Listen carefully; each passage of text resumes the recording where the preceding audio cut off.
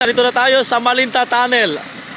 Sa ngayon po doon kanina sa nagpaliwanag ay ginawa ang Malinta Tunnel upang maging imbakan ng gasolina, ng mga pagkain at marami pang iba sa lugar na ito. Yan, nakita rin natin si Ma'am Ann. Si Sister Vilma po ay natulog sa banig, mga kaibigan. Tuloy tayo, papasok tayo sa Malinta.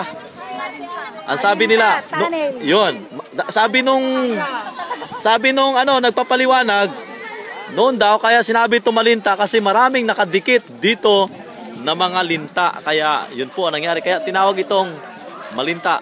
Okay, mataas na bundok, mga kaibigan. Ayun. Sir, anong masabi mo?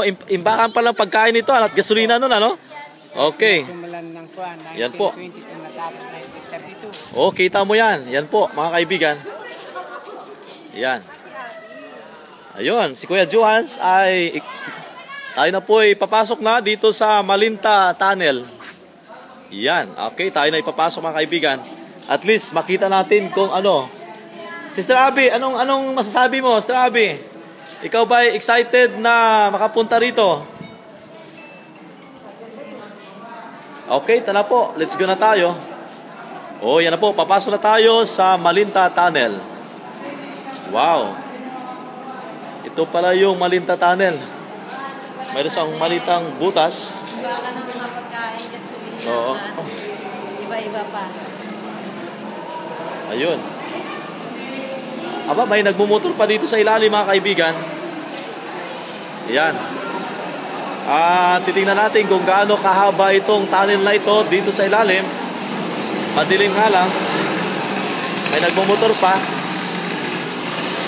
Yun. Nakita nyo, mga kaibigan, yung isang malit na butas doon sa dulo. Yan po yung aming dadaanan mamaya. Grabe, kasi mahusay ang bumutas ng bundok na ito. Mahusay ang bumutas. Ano masabi mo, Han, dito sa Malinta Tunnel na ito?